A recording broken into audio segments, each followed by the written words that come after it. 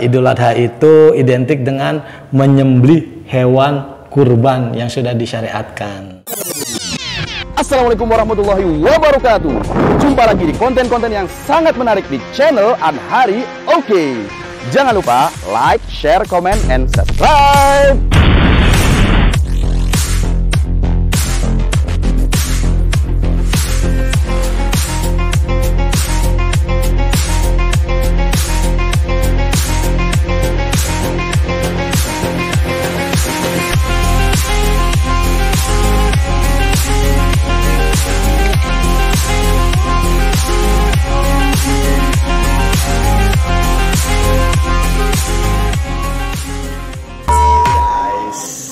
Kebetulan dalam beberapa minggu lagi akan kita rayakan Idul Adha bagi umat Islam dan juga ada ibadah kurban.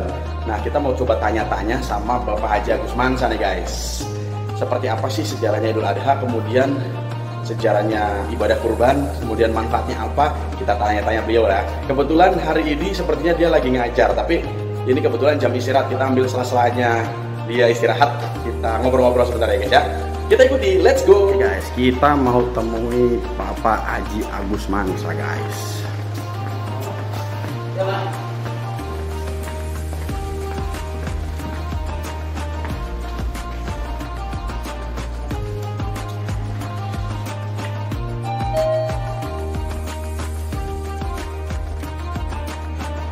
Oke guys, ini di sela-sela jam istirahat Pak Haji Agus Mansa. Ini kebetulan instruktur diklat juga nih guys.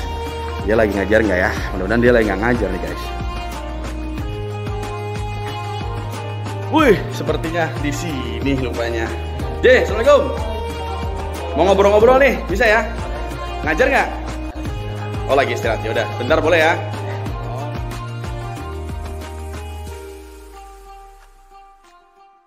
Nah, akhirnya yang ditunggu-tunggu tiba juga ya. Tadi saya udah cari-cari tadi, Ji. Oh ya. Akhirnya ketemu juga nih Pak Haji Agus Mansa. Kebetulan beliau ini juga instruktur diklat.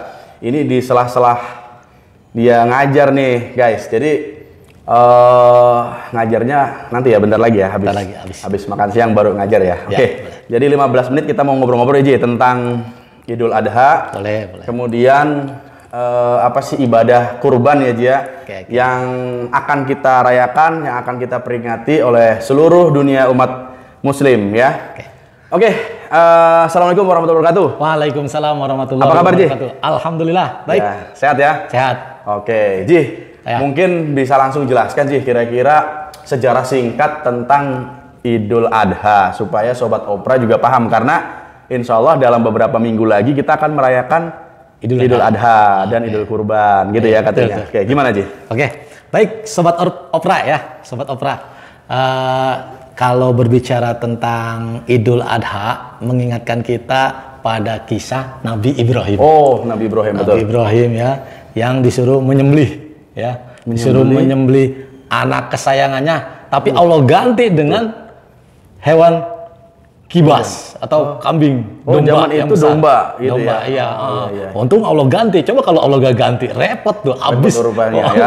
Namanya anak disuruh sembelih ya, Ji. Iya, karena ketaatan Nabi Ibrahim kepada Allah Subhanahu wa taala, anaknya juga taat banget, mau aja kan? Betul. Karena yakin kepada Allah Subhanahu wa taala. Itu timbulnya dari waktu lagi mimpi atau gimana, Ji? Ya, kalau mimpi nabi-nabi itu benar datangnya dari Allah. Ya, beda sama kita ya, Ji. Beda.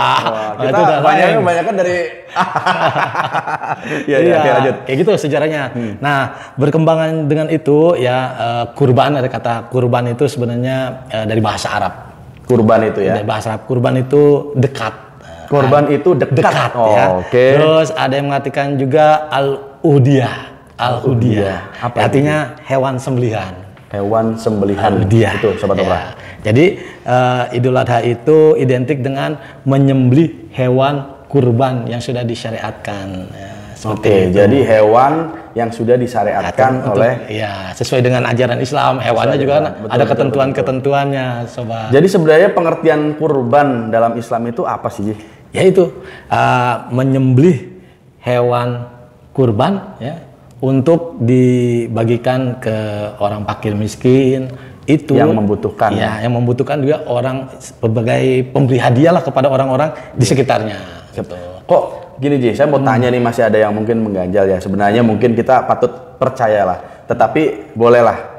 Kenapa sih harus mencontohkannya itu Nabi Ibrahim harus menyembelih Nabi Ismail gitu? Buat apa sih ini, apa ya filosofinya buat kita nih umat Muslim? Oke. Jadi sobat Opera. Jadi kan Nabi Ibrahim udah lama tuh nggak punya anak. Dia bermunajat sama Allah. Ini nih sejarahnya. Sejarahnya nih, bermunajat sama Allah.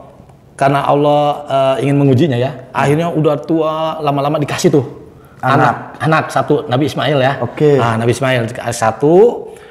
Pas udah dikasih sama Allah, kan lagi sayang-sayangnya nih, diuji sama Allah tuh. Nggak punya anak sekian lama, kemudian dapat anak, tiba-tiba diuji untuk menyembelih. Iya, disembelih. Kalau orang biasa, impossible, nggak mungkin mau. Nggak mungkin mau. Oke. Nah, karena Nabi Ibrahim taat kepada Allah, jadi mengikuti perintah Allah. Perintah Allah. Beliau musyawarah juga sama anaknya. Musyawarah juga sama Nabi Ismail. Istrinya? Istrinya juga. Istrinya pasti. Sangat musyawarah juga. Walaupun istrinya ya namanya seorang wanita pasti. Ya, jangan ibu. Ayah, jangan ibu kayak gitu kan. Namanya ibu lah ya kan. Tapi ya karena ketaatan beliau juga, ya akhirnya pasrah sudah. Oke. Ya. Nah, akhirnya kemudian karena Allah melihat ketaatan Nabi Ibrahim, ketaatan Nabi Ibrahim dan ketaatan Ismail, ya, sehingga Allah ganti dengan kibas. Itu bukti bahwa ternyata dia itu dekat kepada Allah. Artinya Nabi Ibrahim merelakan apapun kalau memang itu perintah Allah. Dari ketaatan itu Allah juga akhirnya ya nggak mungkin beneran lah ya. Iyalah, ganti dengan hewan kurban. Akhirnya sekarang lah jadinya aja. Nah, apa sih keteladanannya Ji? Kira-kira buat kita nih Ji? Ya, keteladanannya itu suatu media untuk kita mendekatkan diri kepada Allah. Yang kedua untuk rasa syukur kita. Rasa syukur kita. Kan Allah telah memberi banyak rezeki, nikmat yang banyak, yang ayatnya udah jelas loh, udah kita sering baca tuh. Inna a'tayna kal kausar. Sesungguhnya Allah memberi kenikmatan yang begitu banyak. Fasolli li rabbika wanhar. Maka kerjakanlah sholat untuk Tuhanmu dan berkorbanlah. Berkorban di situ. Itu sobat. Jadi itu rasa syukur kita kepada Allah. Ya, gitu. Oke. Ji, ini kita masuk ke kurban nih ya. Kalau sejarahnya kita udah dapat nih sobat Opera, juga nanti bisa diulang-ulang videonya. Nah, ketentuan kurban Ji. Itu seperti apa sih Ji? Ya, yang pasti yang buat pengorban sendiri ya, buat kita nih yang mau berkorban ya. Yang pasti kita mampu dulu. Kita harus mampu.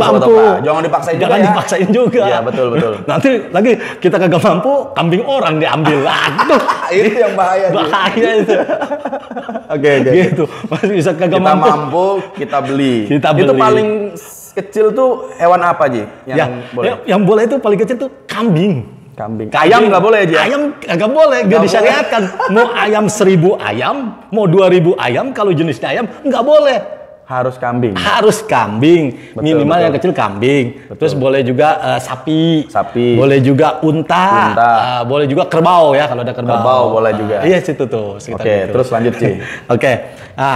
Jadi ketentuannya ya. Berarti kita harus mampu nih. Ya, mampu dulu ya sobat. Jangan maksakan diri ya. Mampulah ya.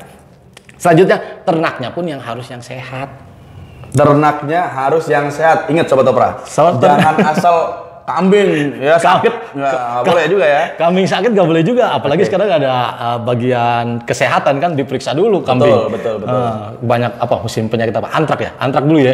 Kalau sekarang apa tuh yang kukunya pada rusak ya. Iya, betul. Nah, itu juga kita disyariatkan untuk membeli kambing yang sehat, yang tidak cacat. Misalnya matanya jangan yang buta. Nah, itu jangan. Kambingnya jangan yang sakit, kakinya jangan yang pincang. Betul.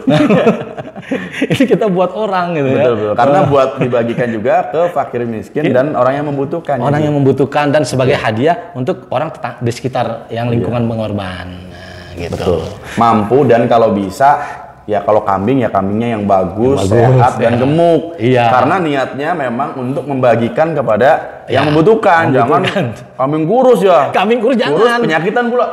Janganlah. Berarti nggak ikhlas itu namanya sobat Opera. Oke. Ketentuannya lagi satu kambing ya, satu kambing itu kalau dalam kitab-kitab ada untuk satu orang gitu ya. Satu orang, betul. Terus kalau sapi itu bisa untuk 7 orang. Baik. Unta juga sama, bisa untuk 7 orang. 7 orang. Jadi maksudnya 7 orang itu kita belum mampu, kita patungan, kita beli sapi gitu ya, Ji? Boleh, bisa. Tapi tentu aja 7 orang. Iya. Sama seperti halnya unta juga ya. Iya. Kalau kambing, Ji, harus 1 orang apa bisa 2 orang? 1 orang. Sebenarnya kambing itu untuk 1 orang. 1 orang jangan aja ya. bikin 2 gitu. Cuma nanti kalau berdasarkan hadis yang Rasulullah, misalnya itu bisa kambing itu untuk 1 keluarga bisa. Satu keluarga? Bisa, karena Rasulullah tuh niatin waktu itu dia beliau potong kambing ya, domba. Dia bilang untuk aku dan umatku bahkan. Kalau umatku berarti udah seluruh dunia. Iya. Terus untukku dan untuk keluargaku. Nah, Rasulullah seperti itu di dalam hadis. Jadi boleh. Boleh kalau memang. Tapi setiap tahun kalau bisa ya begitu terus. Nah, kalau mampu ya satu kambing satu orang gitu ya. Kan? Betul. Gitu. Oke, terus Ji, tadi saya ngomong masalah ini ya, ketentuan tadi kan. Nah, terus tujuan berkorban itu buat apa sih sebenarnya? Kita harus kan, orang harus mengumpulkan sesuatu terus tiba-tiba dibagi-bagikan gitu. Tujuan apa sih sebenarnya? Ya, pertama udah saya singgung tadi ya, tujuan kita berkorban yaitu untuk mendekatkan diri kepada Allah, terus untuk rasa syukur kita kepada Allah, terus juga menghapus dosa. Manfaatnya menghapus dosa. Terus apa sih kita bagi-bagikan? Itu sebagai media silaturahim kita. Terus untuk membersihkan harta yang kita punya kan tidak semuanya milik kita. Nah, kita bagikan kepada orang yang memang mempunyai haknya gitu. Jadi membersihkan harta dan jiwa kita juga. Jadi benar-benar kita berkorban untuk membersihkan jiwa dan harta kita juga. Kita bagikan pada orang-orang yang kurang mampu, terutama ya, fakir, miskin, terus hadiah di sekitar kita, apalagi orang-orang yang jarang sekali makan daging. Karena ada orang yang jarang sekali mungkin makan Sobat Opera banyak ya mungkin yang udah biasa makan daging, tetapi di luaran sana masih ada banyak juga loh, masih banyak yang mungkin jangankan makan daging setiap hari ya, Ji. Mungkin setiap tahun aja kadang-kadang belum tentu. Gitu. Jadi ya kita niatkan untuk berbagi kepada sesama. Berbagi kepada sesama. Baik, Ji, kira-kira manfaat apa lagi, Ji? Kira-kira mungkin sebenarnya manfaatnya banyak sekali ya. Mungkin hanya beberapa yang saya sampaikan tadi ya, saya ulas kembali. Yang pertama sebagai media kita, pendekatan diri kita kepada Allah Subhanahu wa taala, ya. Yang kedua itu menghapus dosa, itu sebagaimana ada di dalam hadis. Jadi tetesan darah yang pertama kali mau jatuh itu udah Allah terima tuh pahalanya untuk menghapuskan dosa kita yang lalu. Luar biasa. Jadi tetesan darah dari korban yang kita niatkan itu aja sudah diterima. Terus lagi kukunya, kulitnya itu nanti kelak akan bersaksi. Bersaksi. Wah, luar biasa. Ini yang ada tuh hadisnya. Yang kita kepikirkan ya. Jadi itu akan bersaksi semua. Iya. Terus juga sebagai kita untuk mensejahterakan orang-orang yang kayak peternak. Yang kayak peternak kan kita beli ternaknya. Dengan kita beli juga, dia dapat rezeki juga. Kitanya juga dapat pahala. Rezeki juga. Terus juga kita membahagiakan orang. Ya kalau kita bagi daging-daging dia pasti bahagia. Pasti. Bahagia. Senang dia aja. Gitu. Luar biasa Sobat Opera. Jadi memang betul kalau kita berkorban pasti akan memberikan kebahagiaan buat orang lain. Ji, pesan buat Sobat Opera nih, mungkin suatu saat masih ada yang belum berkorban tapi sudah mampu. Mungkin bisa disampaikan, Ji, mungkin sepatah dua kata buat Sobat Opera. Baik Sobat Opera, saya berharap kepada Sobat Opera yang mampu untuk melakukan kurban pada tahun ini ya, saya harapkan untuk berkurban ya, karena itu sebagai rasa syukur kita kepada Allah. Dengan kita bersyukur maka Allah akan menambah nikmat. La in syakartum la ajidannakum wa la in kafartum innahu ajabul lasyadid. Nah, jika kita bersyukur kepada Allah, maka Allah akan tambah rezeki kita. Tapi kalau kita tidak mau bersyukur, berkufur, maka tunggulah, ajab Allah sangat pedih. Nah, Sobat Opera, nggak ada salahnya ya kita berkurban selagi kita bisa dan masih hidup. Nah, entah udah mati bagaimana kurbannya? Benar. Selagi masih hidup ada kesempatan. Setuju Pak Haji. Jadi selagi kita masih hidup ya Sobat Opera, kemudian ada rezeki, tapi memang harus mampu. Harus Kalau mampu. kita mampu, Iya. maksudnya ini kita sampaikan yang mampu ya. Yang mampu. Daripada buat kegiatan lain-lain yang mungkin manfaatnya kurang, Ya. lebih baik berkurban. Baik Sedikit berkurban. kok.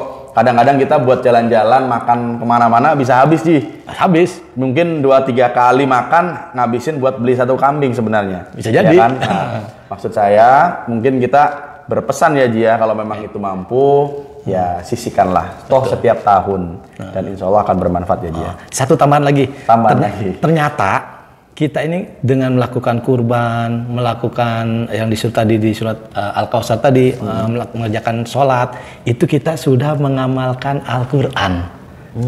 Iya kan tingkatannya pertama kita membaca Al-Quran. Betul. Selanjutnya kita mengartikan, menerjemahkan Al-Quran. Yang ketiga nih kita udah masuk mengamalkan Al-Quran. Udah kita jalanin nih Al-Quran nih tanpa terasa tuh. Udah level 3 kita tuh. Iya, kalau kita berkurban udah jalanin kita nih. Masya Allah, luar biasa pahalanya. Tuh kan, jadi double ya Double. Ji. Dan alhamdulillah nih ya saya juga tahun ini insya Allah akan berkurban nih Ji. Iya, insya Allah ya, Pak Anar berkurban. Mudah-mudahan juga bermanfaat buat saya dan keluarga. Amin. Ya. Buat rekan-rekan Sobat Opera juga kalau memang ada niat, ayo. Jangan ragu-ragu, langsung niatkan. Baik Ji, mungkin waktu juga ya karena Pak Haji ini mau ngajar lagi Sobat Opera. Terima kasih, mudah-mudahan video ini bermanfaat. Amin. Kalau memang bermanfaat, silakan like, share, comment, and subscribe. Dan bagikan ke saudara ya. Karena ini sebentar lagi mau Idul Adha. Mudah-mudahan pencerahan yang mungkin cuma hanya beberapa menit bermanfaat buat kita semua. Terima kasih. Amin. Assalamualaikum warahmatullahi wabarakatuh.